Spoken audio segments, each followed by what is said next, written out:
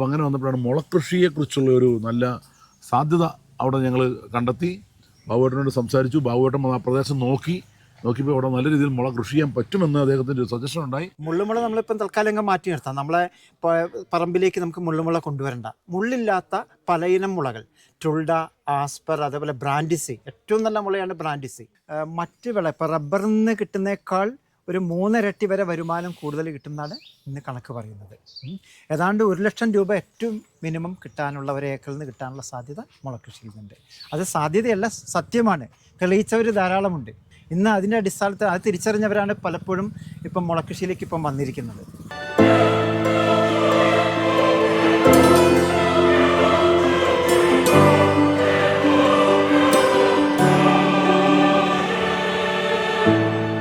അല്ലെങ്കിൽ saint Mary's church Palakkayam ഇടവേർ കീഴിലുള്ള ആൾക്കാർ, അച്ഛനും കൈക്കാരന്മാരും മറ്റ് ബന്ധപ്പെട്ട ആൾക്കാരുമാണ് വന്നിരിക്കുന്നത്. പാലക്കാട് ജില്ലയിലെ പാലക്കയം. വളരെ അവിചാരിതമായിട്ട് ബാബുവേട്ടനെ ഒന്ന് കാണാൻ വേണ്ടി വന്നതാണ്. ബാബുവേട്ടനെ കാണാൻ വേണ്ടി വന്നപ്പോൾ ബാബുവേട്ടന് മുളയുടെ കാര്യങ്ങളും ചരിത്രങ്ങളൊക്കെ നമുക്ക് പുറകെ പോരാം. അപ്പോൾ വന്നപ്പോഴാണ് പാലക്കാട് ജില്ലയിലെ പാലക്കയം എന്ന സ്ഥലത്ത് നിന്ന് ചെറിയാൻ ഫാദറും അതുപോലെ തന്നെ അവരുടെ ആ പള്ളിയുമായി ബന്ധപ്പെട്ടുകൊണ്ടുള്ള കുറച്ച് ആളുകൾ ഈ ബാമ്പുവിനെ കുറിച്ച് അറിയാൻ വന്നത്. അപ്പോൾ നമുക്ക് അത് വളരെ ഒരു ഉപകാരം എന്ന് പറയുന്നത്, ബാബുവേട്ടൻ അവർക്ക് ബാമ്പുവിനെ കുറിച്ച് പറയുന്ന ഈ ഒരു അറിവ് അത് നമുക്ക് നമ്മളുടെ പ്രേക്ഷകരുടെ മുമ്പിലേക്കും വെക്കാം. സന്തോഷം ബാബുവേട്ട, ഇവർക്ക് വേണ്ട കാര്യങ്ങൾ പറഞ്ഞു കൊടുത്തോളൂ. ഫാദർ, ആദ്യം നിങ്ങളുടെ ഈ വരവിൻ്റെ ഉദ്ദേശം എന്ന് പറഞ്ഞാൽ നമുക്ക് കുറച്ചുകൂടി നന്നായിരിക്കും. ഞങ്ങൾ പാലക്കാട് ജില്ലയിലെ പാലക്കയം എന്ന് പറയുന്ന ഒരു കുടിയേറ്റ ഗ്രാമത്തിൽ നിന്നാണ് ഞങ്ങൾ വരുന്നത്. പാലക്കയം എന്ന് പറയുന്ന സ്ഥലം സ്ഥിതി ചെയ്യുന്നത് 2 ഡാമുകൾക്കിടയിലുള്ളൊരു ഭൂപ്രദേശമാണ്. കാഞ്ഞിരപ്പുഴ ഡാമും അതുപോലെ ശിരുവാണി ഡാമും. ഇത് എല്ലാം ഒരു മലയോര മേഖലകളാണ്. അവിടെയുള്ള പ്രധാനപ്പെട്ട കാര്യമെന്ന് പറയുന്നത്, അവിടെ ജനങ്ങൾ കാർഷിക ആവശ്യത്തിന് വേണ്ടി വന്നിട്ട് ഇപ്പോൾ 75 വർഷമായി. ആ 75 വർഷത്തിൻ്റെ പ്ലാറ്റിനം ജൂബിലി ആഘോഷങ്ങൾ ഇന്നലെ അതിൻ്റെ സമാപന പരിപാടിയായിരുന്നു. ആ പരിപാടി കഴിഞ്ഞ ഉടനെ ഞങ്ങൾ ഇന്നലെ രാത്രി 1 മണിയോടുകൂടി തീർന്നത്. അതിൻ്റെ പരിപാടി കഴിഞ്ഞ ഉടനെ തന്നെ ഞങ്ങൾ വന്നത് ഇങ്ങനൊരു കാര്യത്തിന് വേണ്ടിയാണ്. കാരണം അവിടെ ഇതിൻ്റെ ഒരു ആവശ്യകത, ഒരു നീഡിപ്പോൾ നമുക്ക് അവിടെ വന്ന ഒരു സാഹചര്യമാണ്. അതിൻ്റെ കാര്യം പറഞ്ഞാൽ 2018-19 ആ പ്രളയ സമയത്ത് അവിടുത്തെ ഭൂമിക്ക് വലിയ വ്യത്യാസം വന്നു. ഒത്തിരി സ്ഥലത്ത് ഭൂമി വിണ്ടു കീറി, ചില സ്ഥലത്ത് ഭൂമി ഉയർന്നു പൊങ്ങി, ചില സ്ഥലത്ത് ഇരുന്നു പോയി. ഇങ്ങനെയൊക്കെയുള്ള പല പ്രശ്നങ്ങളുണ്ടായി.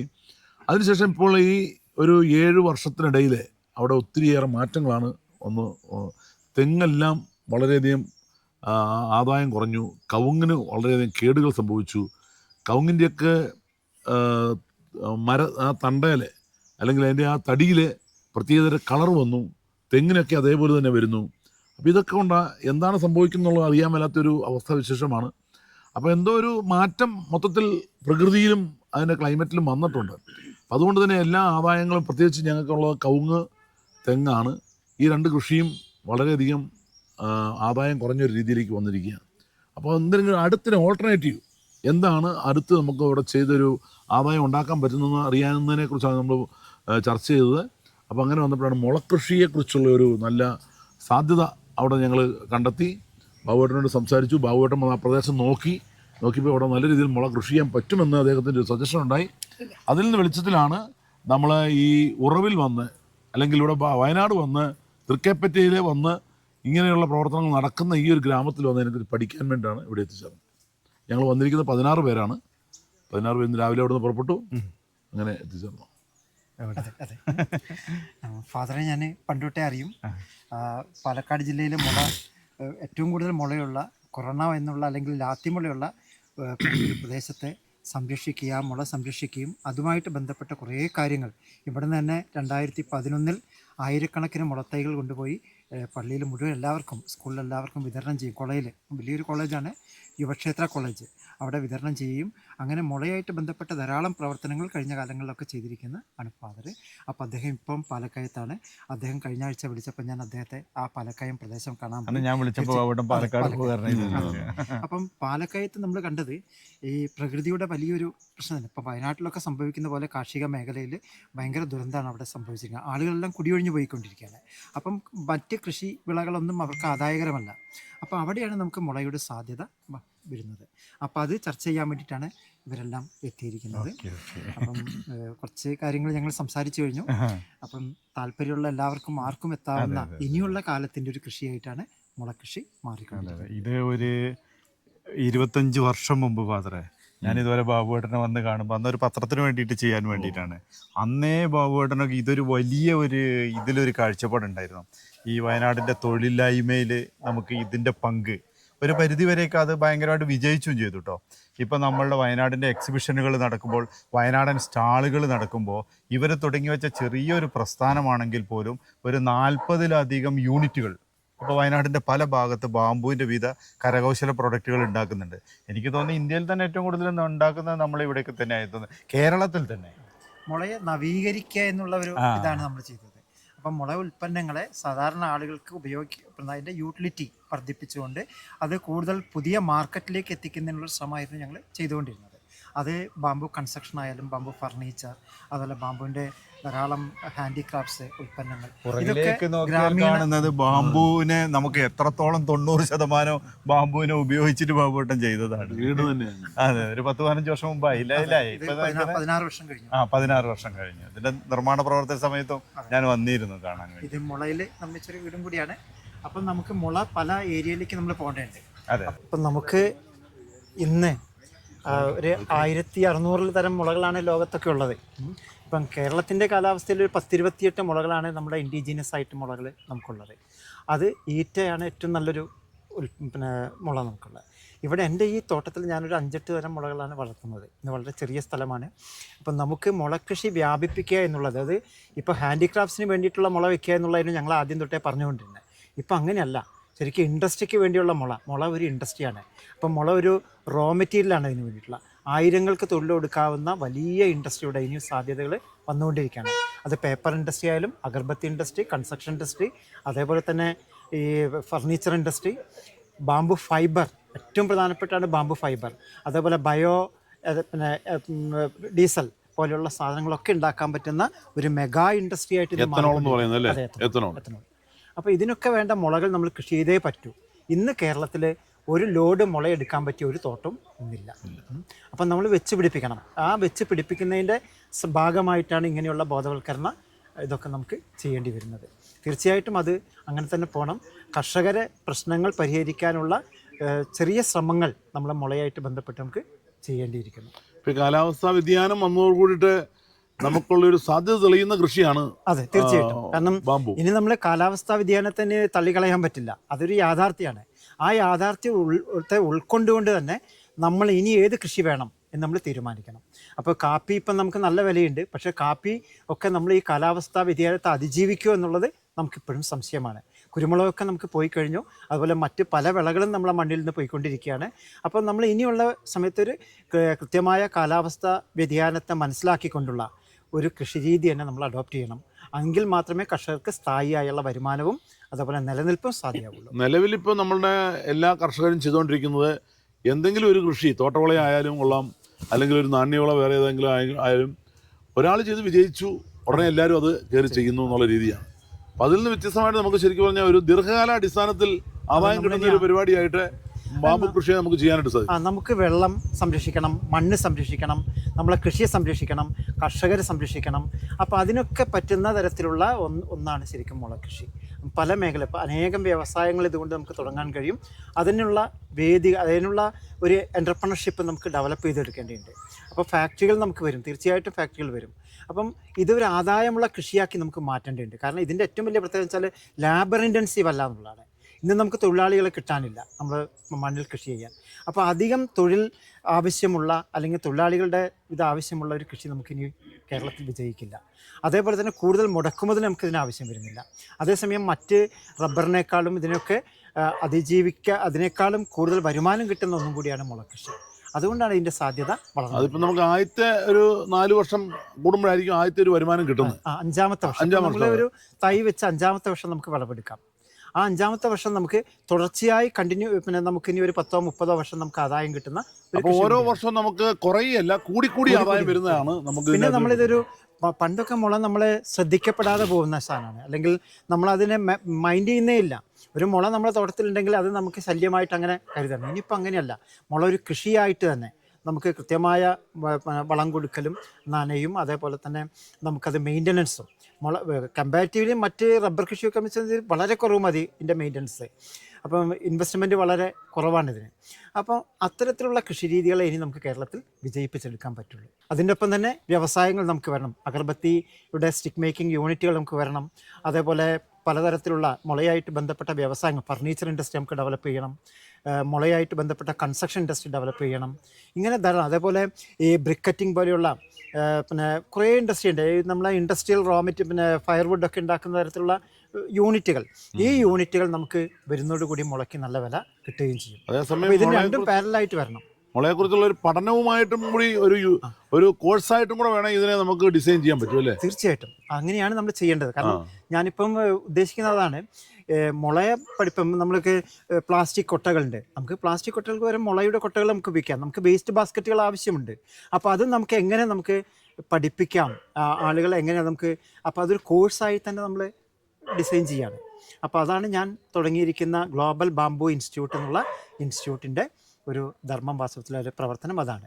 അപ്പോൾ ഇത്തരത്തിൽ ബാംബു ബാസ്ക്കറ്റ് എന്നൊരു സബ്ജക്റ്റ് നമുക്കത് കൃത്യമായിട്ട് നമുക്ക് ആളുകൾക്ക് പറഞ്ഞു കൊടുക്കാനും അതേപോലെ ചെയ്യിപ്പിക്കാനും കോഴ്സായി തന്നെ നമുക്ക് കൊണ്ടുവരേണ്ടതുണ്ട്.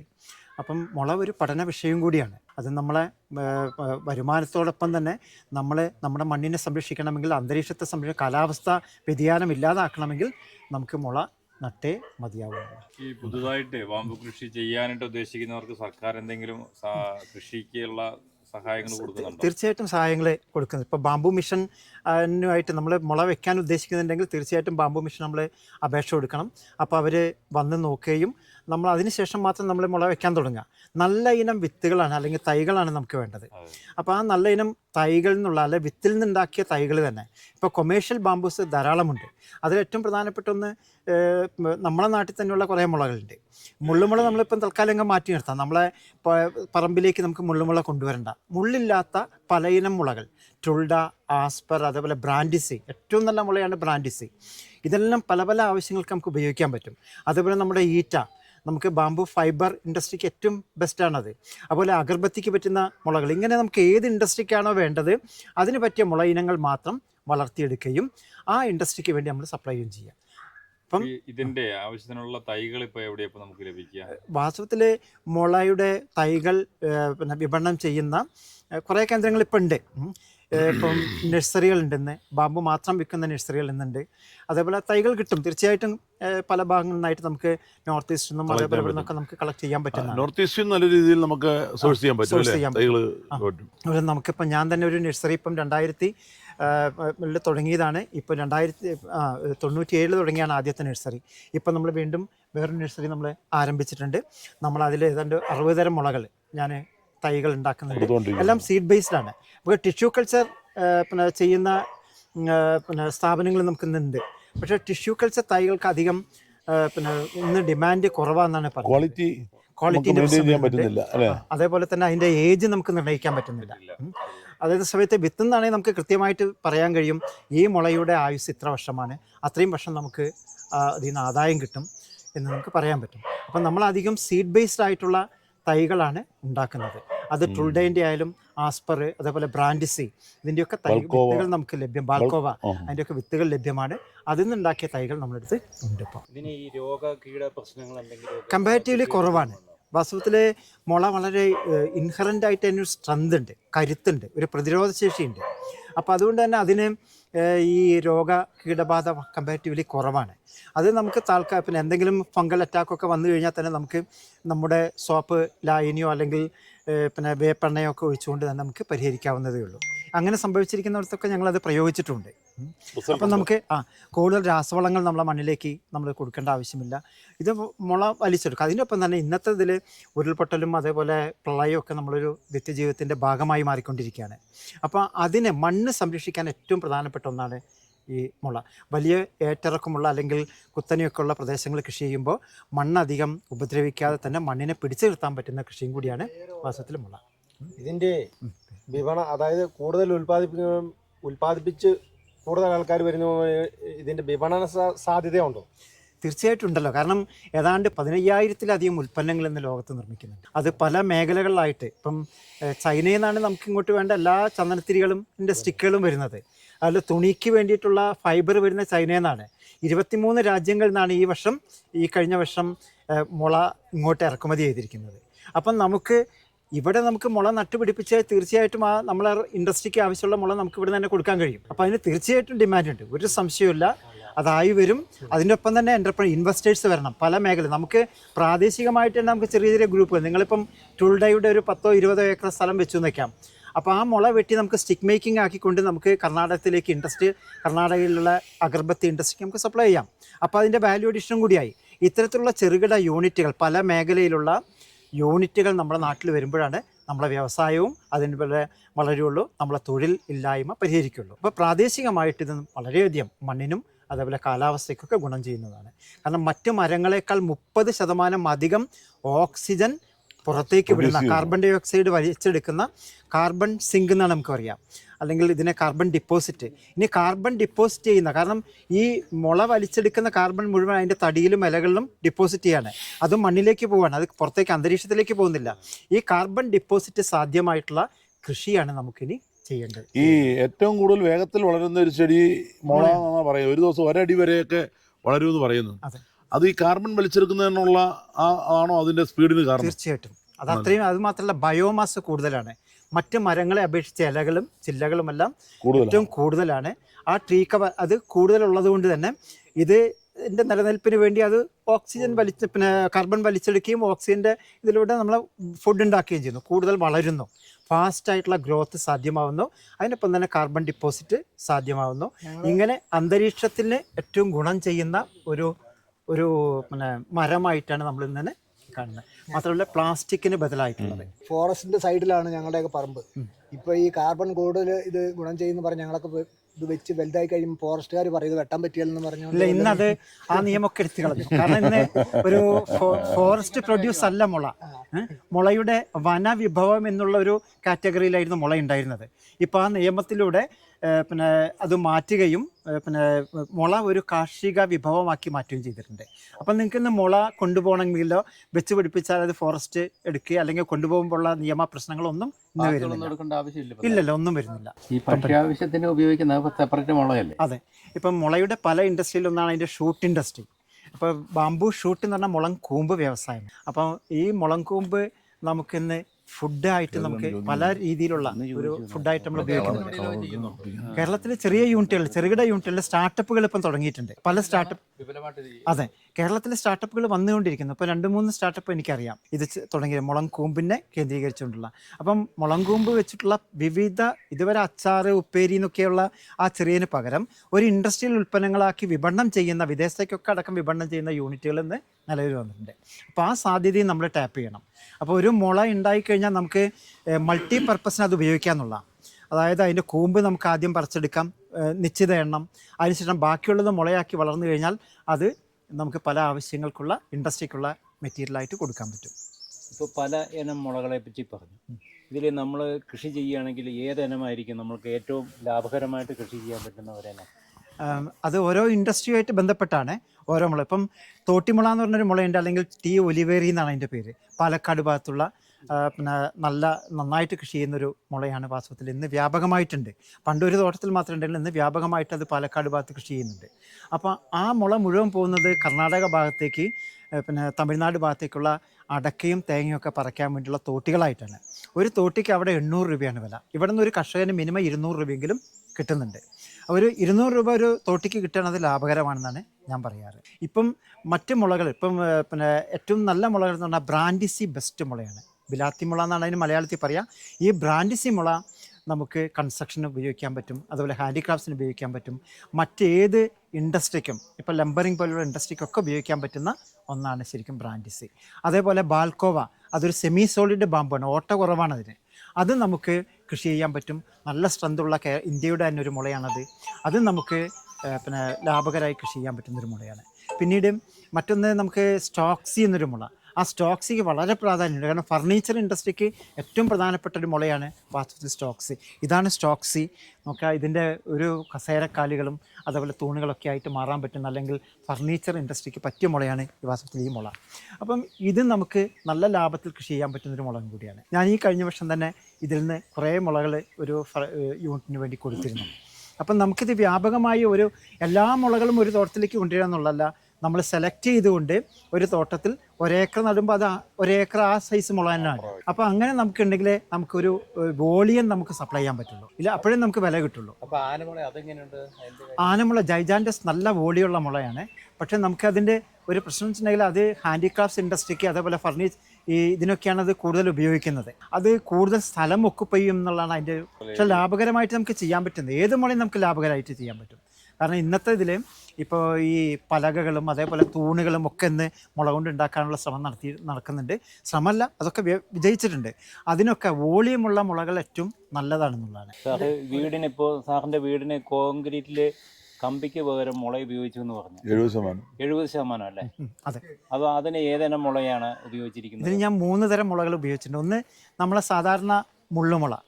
ആ മുള്ളുമുള നമുക്ക് പിന്നെ വെട്ടി പലകകളാക്കി അല്ലെങ്കിൽ അലകുകളാക്കി മാറ്റി അതിൽ 6 mm കമ്പികൾ ഉപയോഗിച്ചിട്ടാണ് ഞാനത് ചില നെറ്റ് പോലെ ആക്കിയിട്ടാണ് ഏറ്റവും താഴത്തെ നില ഇതാക്കുന്നത്. രണ്ടാമത്തെ നില നമ്മൾ ഇപ്പോൾ ഈ സ്റ്റോക്സി എന്നുള്ള മുള ഉപയോഗിച്ചിട്ടുണ്ട്. മൂന്നാമത്തെ നിലയിൽ നമ്മൾ സ്ട്രിക്റ്റസ് ഉപയോഗിച്ചിട്ടുണ്ട്. അതുപോലെ നാലാമത്തെ നമ്മൾ ഇതിനൊക്കെയുള്ള ബാൽക്കണിയിലൊക്കെ ഉപയോഗിച്ചിരിക്കുന്ന ബാൽക്കോവ എന്ന് പറഞ്ഞ മുളകളാണ്. ഇങ്ങനെ 3-4 മുളകളാണ് ഞാൻ എൻ്റെ വീട്ടിൽ നിർമ്മാണത്തിന് വേണ്ടി ഉപയോഗിച്ചിരിക്കുന്നത്. ഇത് 2006 വീടിൻ്റെ പണി തുടങ്ങിയത്. ഒരു 3 വർഷത്തോളം എടുത്തു അത് പണി തീരാൻ. ഇപ്പോൾ ഒരു 10-16 വർഷമായി വീട്ടിൽ താമസിക്കുന്നു.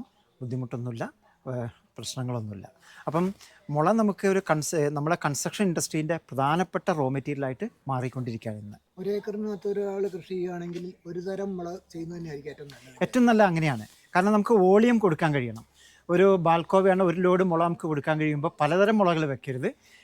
ഒന്നിച്ച് ഇപ്പം ഒരു മുള കൃഷി ചെയ്ത 1 ഏക്കർ മുള കൃഷി ചെയ്താക്കാൻ ഏറ്റവും മിനിമം ഒരു 200-225 തൈകൾ നമുക്ക് ആവശ്യമുണ്ട്. അതിൽ നിന്ന് ഒരു 1000 മുള വരെ നമുക്ക് ഒരു വർഷം വെട്ടിയെടുക്കാൻ, 5ാമത്തെ വർഷം വെട്ടിയെടുക്കുന്ന രൂപത്തിൽ. അപ്പോൾ 1-2 ലോറി മുള നമുക്ക് കൊടുക്കാൻ പറ്റുന്ന രൂപത്തിൽ ഉള്ള ഒരു സമീപനമാണ് കൃഷിയിൽ ഏറ്റവും നല്ലത്. ഇപ്പോൾ ഒരു മുള നമ്മൾ ഇപ്പോൾ ഇതുപോലൊരു മുളയ്ക്ക് ആ ഒരു മുള മൂത്ത് വരുന്ന ഒരു 4 വർഷം അല്ലേ 5 വർഷമൊക്കെ ആയിരിക്കും. അതങ്ങനെ വെട്ടിയില്ലെങ്കിൽ അത് എത്ര വർഷം വരെ നിൽക്കും? അത് ഉണങ്ങിപ്പോവോ? അങ്ങനെയാണ് ഒരു മുളയുടെ ആയുസ്സുണ്ട്. നമ്മളിപ്പോൾ ഇതേപോലെ ഒരു മുളയുടെ ആയുസ്സുണ്ട്, അതൊരു 20-25 വർഷമാണ്. അപ്പം നമ്മളെപ്പോലെ തന്നെയാണ് ഇപ്പോൾ ഏറ്റവും ചെറിയൊരു മുള വലുതായി മൂത്ത് കഴിഞ്ഞിട്ടുണ്ടെങ്കിൽ അതിൻ്റെ ഫൈബറെല്ലാം നല്ല ഉറപ്പായി മെല്ലെ മെല്ലെ അത് ഡീക്കയിലേക്ക് മരണത്തിലേക്ക് വരും. ഒരു മുളം കുണ്ടയുടെ ആയുസ് എന്ന് പറഞ്ഞാൽ അത് ഓരോന്നിനും വ്യത്യസ്തമാണ്. നമ്മളെ മുള്ളുമുളയ്ക്കൊക്കെ ഒരു 35-40 വർഷമാണ്. അതേപോലെ ബ്രാൻഡിസിക്ക് ഒരു 45-50 വർഷം വരെ അത് നിലനിൽക്കുന്നുണ്ട്. ചില മുളകൾ 100 വർഷം വരെ ആയുസ്സുള്ളതുണ്ട്.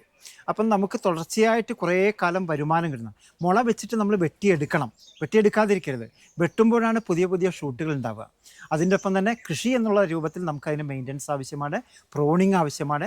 അത്തരത്തിൽ നമ്മൾ മുളയെ ഒരു കൃഷിയായിട്ട് സമീപിക്കുമ്പോഴാണ് നമുക്ക് കർഷകന് വരുമാനം കിട്ടുന്നത്. ഈ മുളകൃഷി വ്യാപകമായിട്ട് കൃഷി ചെയ്യാനായിട്ട് ഇന്ന് കേന്ദ്ര സർക്കാരിൻ്റെ ഭാഗത്തുനിന്നോ അല്ലെ സംസ്ഥാന സർക്കാരിൻ്റെ ഭാഗത്തുനിന്നൊക്കെയുള്ള ഈ കോച്ചിങ് ക്യാമ്പുകളോ ക്ലാസ്സുകളൊക്കെ തീർച്ചയായിട്ടും ഉണ്ട്. കാരണം KFRI പോലെയുള്ള ഗവേഷണ സ്ഥാപനങ്ങളിൽ ധാരാളം ക്ലാസ്സുകളും അതുപോലെ സെമിനാറുകളും ഇതിനെപ്പറ്റി നടത്തുന്നുണ്ട്. ഇന്ന് പല സ്ഥാപനങ്ങൾ ബയോഡൈവേഴ്സിറ്റി ബോർഡ് അടക്കം ഇത്തരത്തിലുള്ള ബോധവൽക്കരണ പ്രവർത്തനങ്ങളിലേക്കുണ്ട്. ഇതിൻ്റെ ഒപ്പം തന്നെ ഈ ബാംബു സൊസൈറ്റി ഓഫ് ഇന്ത്യ അവരുടെ കേരള ഘടകം ഇപ്പം ആരംഭിച്ചു കഴിഞ്ഞു. ഞാൻ അതിൻ്റെ അംഗമാണ്. അപ്പം അതിൽ ഇത്തരത്തിലുള്ള ബോധവൽക്കരണ പ്രവർത്തനത്തിലൂടെ മാത്രമേ കർഷകരെ നമുക്ക് കൃഷിയിലേക്ക് കൊണ്ടുവരാൻ പറ്റുള്ളൂ. ധാരാളം സംശയങ്ങൾ കർഷകർക്കുണ്ട്. അതിന്ന് നമ്മൾ ചോദിച്ച പോലെ ആട്, തേക്ക്, മാഞ്ചിയം പോലെ തന്നെ ഇത് മാറുമോ എന്നുള്ള ചോദ്യങ്ങൾ പല ഭാഗത്തുനിന്നും ഞങ്ങൾ കേൾക്കുന്നുണ്ട്. അപ്പോൾ ആ ചോദ്യത്തിന് ഉത്തരം കൊടുക്കേണ്ടത് ഇവിടെയുള്ള ഇൻഡസ്ട്രിയൽസും അതേപോലെ സർക്കാരും ഒക്കെ തന്നെയാണ്. പക്ഷേ മുള ഇല്ലാതെ നമുക്കിതൊന്നും മുള ആകാം അല്ലെങ്കിൽ റിസോഴ്സ് ജനറേറ്റ് ചെയ്യുക എന്നുള്ളതായിരിക്കണം നമ്മുടെ ഏറ്റവും പ്രധാനപ്പെട്ട കർത്തവ്യം. അതിന് നമ്മൾ കർഷകർ മുള വെച്ചേ മതിയാവുള്ളൂ. ഇപ്പം നമുക്ക് ഇനീഷ്യലി സംശയമുള്ള ഇപ്പോൾ കാപ്പിയോ കവുങ്ങോ അല്ലെങ്കിൽ അതൊക്കെ ഒന്നും വെട്ടിക്കളഞ്ഞിട്ട് നമ്മൾ വളർത്തുന്നില്ല. നമുക്ക് ബൗണ്ടറി പ്ലാന്റിങ് നമുക്കാകാം. ഒന്നും വളരാത്ത സ്ഥലത്ത് അല്ലെങ്കിൽ ഇതെല്ലാം നശിച്ചുപോയ സ്ഥലത്ത് നമുക്ക് മുള വെക്കാം. റബ്ബർ തോട്ടങ്ങൾ ആയിരക്കണക്കിന് ഏക്കർ നമുക്ക് ഇന്ന് വേസ്റ്റ് ആയിട്ട് കിട്ടും. അവിടെ നമുക്ക് മുള വെക്കാം. ഇങ്ങനെ ലാഭകരമല്ലാത്ത സ്ഥലങ്ങളിൽ നമുക്ക് മുള ഉപയോഗിച്ചുകൊണ്ട് വരുമാനം ഉണ്ടാക്കിയെടുക്കാനുള്ള ശ്രമമാണ് ആദ്യം കർഷകർ ചെയ്യുന്നത്. പൈസ നമുക്ക് ഏറ്റവും കൂടുതൽ മുളയുള്ളത് അവിടെ ഇത് സംഭവം എന്തെങ്കിലും ഇൻഡസ്ട്രി നിലവിൽ നടക്കുന്നുണ്ടോ ഇന്ത്യ ഗവൺമെന്റ് കീഴിലോ അല്ലെ ഏതെങ്കിലും സംഘടന? തീർച്ചയായിട്ടും ഉണ്ട്. ഇന്നിപ്പോൾ നോർത്തിലിപ്പം പ്ലൈവുഡിൻ്റെ നോർത്ത് ഈസ്റ്റിൽ ഇപ്പോൾ പ്ലൈവുഡിന് വേണ്ടി ബാംബു പ്ലൈവുഡ് തുടങ്ങുന്ന, അതുപോലെ ബാംബുവിൻ്റെ പലകൾ ഉണ്ടാക്കുന്ന ഇൻഡസ്ട്രി വന്നിട്ടുണ്ട്. അഗർബത്തി ഇൻഡസ്ട്രി നന്നായിട്ട് തന്നെ അവിടെ ഇത് ചെയ്തിട്ടുണ്ട്. ഇങ്ങനെ ധാരാളം ഇൻഡസ്ട്രിയലിസ്റ്റുകൾ ഈ മേഖലയിലേക്ക് വന്നുകൊണ്ടിരിക്കുന്നുണ്ട്. പക്ഷേ നമുക്ക് ഇവിടെ ഈ കോതമംഗലോ പെരുമ്പാവൂർ ഭാഗത്തും കണ്ടോ ഒരു ഇതിന്റെ ഒരു പ്ലാന്റ് ഉണ്ട് തുടങ്ങിയിരുന്ന സർക്കാരിന്റെ. അത് ബാംബു പ്ലൈ ആയിരുന്നു. ബാംബു പ്ലൈ വലിയ രീതിയിൽ അത് ബാംബു പ്ലൈ വെച്ചത് നമ്മൾ ഒത്തിരി ഈ ഇതൊക്കെ ഉണ്ടാക്കുകയും ചെയ്തിരുന്നു. പക്ഷെ അത് പിന്നീട് നിന്ന് പോയെന്ന് എനിക്ക് തോന്നുന്നു. ആ കമ്പനി ശരിക്കും ബാംബു കോർപ്പറേഷൻ്റെ ഭാഗമായിട്ട് അങ്കമാലിയുള്ള ബാംബു കോർപ്പറേഷനാണ് ഇത് തുടങ്ങിയത്. പക്ഷെ മുള കിട്ടാത്തതുകൊണ്ട് അത് ലാഭകരമല്ലാതായി. കാരണം മുള്ളുമുള കേന്ദ്രീകരിച്ചുകൊണ്ടുള്ള ഒരു സാധനമായിരുന്നു അവർ ചെയ്തുകൊണ്ടിരുന്നത്. മുള്ളുമുള വെട്ടിയെടുത്ത് ഫാക്ടറിയിൽ എത്തിച്ച് അതുകൊണ്ട് ഉൽപ്പന്നങ്ങൾ ഉണ്ടാക്കുമ്പോൾ അതൊരിക്കലും ലാഭകരമാവില്ല. കാരണം അത്രയ്ക്ക് അധ്വാനമാണ് ഒരു മുള്ളുമുള വെട്ടിയെടുക്കാൻ. അതുകൊണ്ട് തന്നെയാണ് മുള്ളുമുള നമുക്ക് കൃഷിക്ക് അത്ര ഉപയുക്തമല്ല. അത് മുള്ളുമുള മാത്രമല്ല, അവർ ഓടയാണ് ഓട വെച്ചിട്ടുള്ള പനമ്പുകൾ അവർ പനമ്പ് കൂട്ടിച്ചേർത്തിട്ടാണ് അവർ ഈ ഒരു പ്ലൈവുഡ് ഉണ്ടാക്കിയിരുന്നത്. അങ്ങനെയാണ് ബാംബു പ്ലൈ എന്നുള്ള പേര് തന്നെ കൊടുത്തിട്ടാണ് അവർ. കാരണം കേരളത്തിൽ മുളയുടെ മേഖല ഇതുവരെ ഏറ്റവും ആദ്യം, ഒരുപക്ഷെ ഇന്ത്യയിൽ തന്നെ ഏറ്റവും ആദ്യം മുളയ്ക്ക് പ്രാധാന്യം കൊടുത്തുകൊണ്ട് 1970-കളിലൊക്കെയാണ് തോന്നുന്നത് മറ്റേ ബാംബു കോർപ്പറേഷൻ ആരംഭിച്ചത്. അങ്ങനെ ഒരു വലിയ സ്ഥാപനമാണത്. ആയിരക്കണക്കിന് പേർക്ക് തൊഴിൽ കൊടുത്തൊരു സ്ഥാപനമാണ് ബാംബു കോർപ്പറേഷൻ. പക്ഷേ ഇന്നത് വളരെ ശോച്യാവസ്ഥയിലാണ്. ഇന്ന് ഒരുപക്ഷെ എപ്പോഴും പൂട്ടിപ്പോകാവുന്ന ഒരു അവസ്ഥയിലൂടെയാണ് ഇന്ന് ബാംബു. നമ്മുടെ കേരളത്തിലെ കെടുകാര്യസ്ഥത കൊണ്ട് മാത്രം സംഭവിക്കുന്ന കാര്യമാണ് ആയിരിക്കാം. കാരണം മിസ്മാനേജ്മെന്റ് ഉണ്ടാവാം, മിസ് അഡ്മിനിസ്ട്രേഷൻ, ഇതൊക്കെ സംഭവിക്കാം.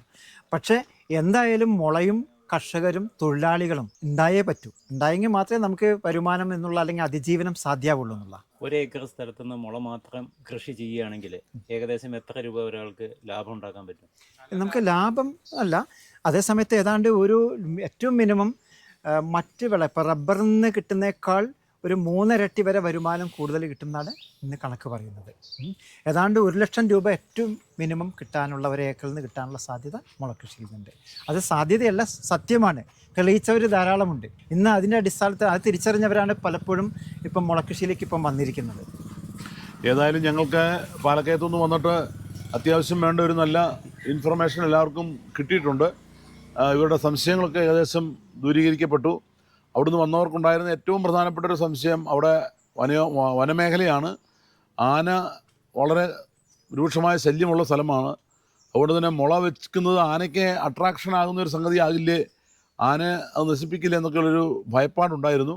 അങ്ങനെയുള്ള കുറച്ച് കാര്യങ്ങളൊക്കെ മാറിയിട്ടുണ്ട് ഇപ്പോൾ.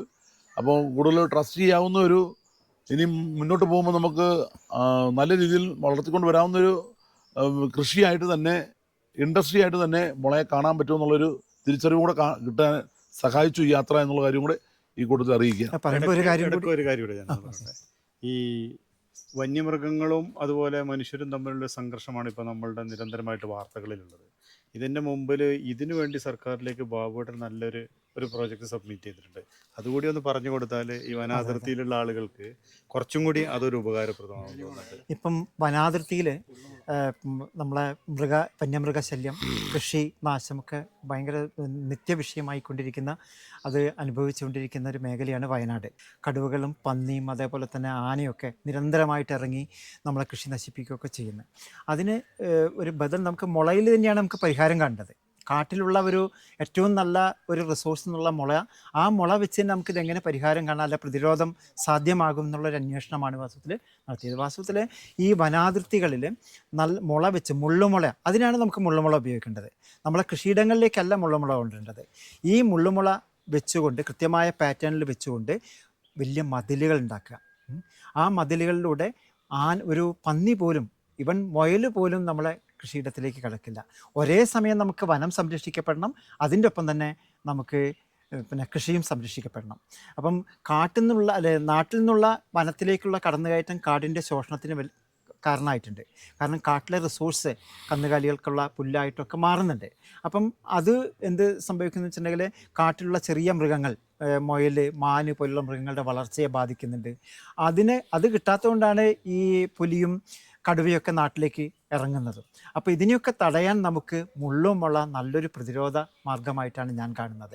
അപ്പം മുള്ളുമുള കൊണ്ടുള്ള വേലി നമുക്ക് പറയാൻ പാടില്ല, ഒരു മതിൽ തന്നെയാണ് നമുക്ക് ഉണ്ടാക്കിയിട്ടുണ്ട്. അത് കൃത്യമായിട്ട് പ്രൂൺ ചെയ്ത് അരിഞ്ഞൊരു മതിൽ പോലെ ഒരു ഗ്രീൻ വാൾ നമുക്ക് വനാതിർത്തിയിൽ ഉണ്ടാക്കാൻ കഴിയുകയാണെങ്കിൽ വന്യമൃഗശല്യത്തിന് ഏതാണ്ട് ശാശ്വതമായ ഒരു പരിഹാരമായിട്ട് നമുക്ക് താരതമ്യേന നമുക്ക് പിന്നെ ഈ കിടങ്ങുകൾ ഉണ്ടാക്കുന്നതിന്റെ 1/3 ചെലവ് വരും വരില്ല ഇത്? തീർച്ചയായും. കാരണം ഇപ്പം ഏതൊരു പ്രതിരോധ സംവിധാനം നോക്കുകയാണെങ്കിലും ധാരാളം പൈസ ചിലവുള്ളതാണ്. കാരണം AI ആയിട്ട് ബന്ധപ്പെട്ട് 1 കിലോമീറ്ററിന് ഏതാണ്ട് 1 കോടി രൂപയാണ് ചിലവ് വരുന്നതെന്ന് പറയുന്നത്. പക്ഷെ മുള വെക്കുന്നതിന് ഇത്ര ചിലവൊന്നും വേണ്ടി വരില്ല. അത് പ്രാദേശികമായിട്ടുള്ള ആളുകൾ തന്നെ തയ്യാറായി നമുക്ക് വെച്ച് കഴിഞ്ഞാൽ വളരെ ചെറിയ ചിലവിൽ അതിൻ്റെ മെയിൻ്റനൻസ് ഇതാക്കും.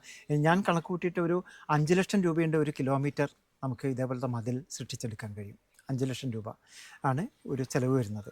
അത് നമുക്ക് മറ്റ് തൊഴിലുറപ്പും അതേപോലെ മറ്റ് പ്രാദേശിക ക്ലബ്ബുകൾ ഇവരെയൊക്കെ സഹായത്തോടു കൂടി ചെയ്യുകയാണെങ്കിൽ അതിൻ്റെ പകുതിയാക്കി അതിൻ്റെ ചിലവ് കുറയ്ക്കാനും കഴിയും. അപ്പം മുള്ളുമുള നല്ലൊരു പ്രതിരോധമാണ്. അതിൻ്റെ ഉള്ളിൽ കൂടെ ഒരു പന്നി പോലും നമ്മളെ കൃഷിയിടത്തിൽ ഇറങ്ങില്ല. അത് തുടർച്ചയായിട്ടുള്ള മതിലായിട്ട് അത് മാറുക. അത് കൂടുതൽ കാർബൺ സീക്വസ്ട്രേറ്റ് ചെയ്യും, ഒരു ഗ്രീൻ വോളാകും, കൂടുതൽ തണുപ്പുണ്ടാകും. അതിൻ്റെ ഒപ്പം കാടിനെയും നാടിനെയും സംരക്ഷിക്കുന്നതിനുള്ള ഒരു പ്രതിരോധ സംവിധാനമായിട്ടത് മാറുകയും ചെയ്യും. അത് ഇതിനകത്ത് ഒരു വിഷയമുള്ള ഞങ്ങളുടെയൊക്കെ എന്ന് പറഞ്ഞാൽ ഞങ്ങൾ 100 പേരായിരിക്കും ഒരു കുറച്ച് ഏരിയ താമസിക്കുന്നത്. ഈ പല ഭാഗത്ത് കിടക്കുന്ന ആൾക്കാർക്ക് ഇത് നമുക്ക് സർക്കാർ തലത്തിലാണ് ഇത് ചെയ്യാൻ ഏറ്റവും സൗകര്യം. ഇപ്പം ഞങ്ങൾക്ക് അവിടെ ഒരു 3.5 കോടി മുടക്കി ഇപ്പോൾ ഹാങ്ങിങ് ഇത് ഉണ്ടാക്കുന്നുണ്ട്, ഫെൻസിങ്. അത് ഒരു വർഷം അതിന് ആയുസ് ഉണ്ടാവുമെന്ന് ഞങ്ങൾ പ്രതീക്ഷിക്കുന്നില്ല. കാരണം നമ്മുടെ ആനയ്ക്കൊക്കെ പഴയ ഇതിനൊക്കെ ബുദ്ധി കൂടി വരുവാണ്. കാരണം മരം തള്ളി ഇടുന്നു, അല്ല ഉണക്കത്തടി എടുത്തിട്ട് അവനെ അട്ടപ്പാടിയിലൊക്കെ അടിച്ചത് പൊട്ടിച്ചിട്ട് അവർ ഹാങ്ങിങ് ഫെൻസിലൂടെ പന്നിയെ ഒരിക്കലും പ്രതിരോധിക്കാൻ ഇല്ല. ഞങ്ങൾക്ക് പന്നി പോട്ടെ, ആനയിലും ഒന്നും ഒഴിവാക്കി കിട്ടണമെന്നല്ല ഞങ്ങളുടെ ആഗ്രഹം. തെങ്ങും കമ്പും ഒക്കെ ഞങ്ങളുടെ ഏരിയയിലൊക്കെ എന്ത് മാത്രം മറിച്ച് കളയുന്നറിയോ? മോന്തക്കർ സൈഡൊക്കെ ഏതാണ്ട് തെങ്ങ് തീർത്തു വാനാതിർത്തികളുണ്ട്. എന്തായാലും അപ്പൊ സർക്കാർ തലത്തിൽ ഈ 3.5 കോടി മുടക്കുന്ന ഇങ്ങനെ വല്ലതും ചെയ്യാൻ ശരിക്കൊരു അത് തുടർച്ചയായിട്ട് ചെയ്താൽ മാത്രമേ ഇതിന്റെ കാര്യമുള്ളൂ. എവിടെയെങ്കിലും 1/2 കിലോമീറ്റർ ഇത് വെച്ചിട്ട് വല്ല കാര്യമുണ്ടല്ലേ ബിജു? അതിനകത്ത് അതിന്റെ അപ്പുറത്തേക്ക് മാറി തിരിച്ച് അതിന്റെ പിന്നിൽ നിൽക്കുന്ന ഒരു പ്രത്യേക മാഫിയ ഉണ്ടാവുമല്ലോ. മാഫിയുണ്ട്, തീർച്ചയായിട്ടും. അവർക്ക് അതുകൊണ്ട് ലാഭം കിട്ടത്തില്ല. ഇങ്ങനെയൊക്കെ ഉണ്ടെങ്കിലേ അത് കിട്ടുള്ളൂ. കാരണം മുടക്കുന്ന പൈസ ഒന്നും ഇവിടെ ജനത്തിന് ഉപകാരമായിട്ട് ഞങ്ങളുടെ നാട്ടിൽ ഒന്നും വരുന്നില്ല സർക്കാർ തലത്തിൽ. ഏതായാലും കുടിയേറ്റത്തിൻ്റെ 75-ാം വാർഷികം ആഘോഷിച്ച് പുതിയ കാർഷിക സാധ്യതകൾ അന്വേഷിച്ചു വന്ന നിങ്ങൾക്കെല്ലാവർക്കും ഞങ്ങളുടെ താങ്ക് യു. അതുപോലെ തന്നെ ഇത്രയും കാര്യങ്ങളൊക്കെ പഠിച്ച് ഞങ്ങൾക്ക് വേണ്ടി അവതരിപ്പിക്കാൻ തയ്യാറായ ബാബു സാറിനും ഞങ്ങളുടെ അതിലും വലിയൊരു വ്യക്തികളുണ്ട്. ഇത് നമ്മളെ പാലക്കയത്തിൻ്റെ തന്നെ ഒരു പ്രോഡക്റ്റാണ്. ശിരുവാണി ഹണി എന്ന് പറയുന്ന ഒരു പ്രോഡക്റ്റാണ്. ബിജുവാണ് അവിടുത്തെ ഇതിൻ്റെ ഒരു പ്രൊപ്പറേറ്റർ. ബിജു തന്നെയാണ് ഇതിൻ്റെ തേനീച്ച കോളനി വയ്ക്കുന്നതും അത് പരിപാലിക്കുന്നതും അതുപോലെ തേനെടുക്കുന്നതും ബിജു ഫാമിലിയാണ്. ഏകദേശം ഒരു 3 ടണ്ണോളം തേൻ ഒരു വർഷം ഉൽപ്പാദിപ്പിച്ച് വിപണനം ചെയ്യുന്നുണ്ട്. അതിൻ്റെ ബ്രാൻഡ് ശിരുവാണി ഹണിയാണ്. അപ്പോൾ ബിജു തന്നെ ബാബു സാറിന് ഒരു ഹണി കൊടുത്തുകൊണ്ട് നമ്മുടെ ഒരു പ്രോഡക്റ്റ് കൊടുക്കുകയാണ്, പരിചയപ്പെടുത്തുകയാണ്. ഇത് സ്വീകരിക്കുമ്പോൾ എനിക്ക് ഹണീനെ കുറിച്ച് 1-2 കാര്യങ്ങൾ കൂടി പറയാൻ ആഗ്രഹമുണ്ട്. കാരണം മുളയും ഹണിയും തമ്മിൽ വലിയ ബന്ധമുണ്ട്. അപ്പം നമ്മൾ ഇനി തേനീച്ചകളെ കൂടി, ചെറുതേനീച്ചകളെ സംരക്ഷിച്ചെങ്കിൽ മാത്രമേ നമ്മളെ കൃഷിയും രക്ഷപ്പെടുള്ളൂ. അപ്പം പാലക്കയത്ത് തീർച്ചയായിട്ടും ചെറുതേനീച്ചകളുടെ വലിയ കോളനികൾ നമുക്ക് ഉണ്ടാക്കിയെടുക്കണം. അത് അവിടുത്തെ വിളവ് കൂട്ടുന്നതിന് നമ്മളെ പരാഗണങ്ങൾ വർദ്ധിപ്പിക്കുകയും കൂട്ടുകയും അതിന് മുള കൊണ്ടുള്ള ഹൈവ്സ്, ബാംബു ഹൈവ്സ് നമുക്ക് വ്യാപകമായി പ്രചരിപ്പിക്കാനുള്ള ശ്രമത്തിലും കൂടിയാണ് ഞങ്ങൾ. അപ്പോൾ അത് രണ്ടും കൂടി വളരെയധികം നമ്മുടെ പരിസ്ഥിതി സംരക്ഷണത്തിൻ്റെ ഭാഗമായിട്ട് ഈ തേനീച്ച സംരക്ഷണവും നമ്മുടെ ഒരു ഇതായിട്ട് നമ്മൾ കരുതണം. ഒരു വളരെ ശ്രദ്ധ കൊടുക്കേണ്ട ഒരു മേഖലയും കൂടിയാണ് ഈ തേൻ. ശിരുവാണി തേൻ തീർച്ചയായിട്ടും പാലക്കാടിൻ്റെ മധുരമാണ്.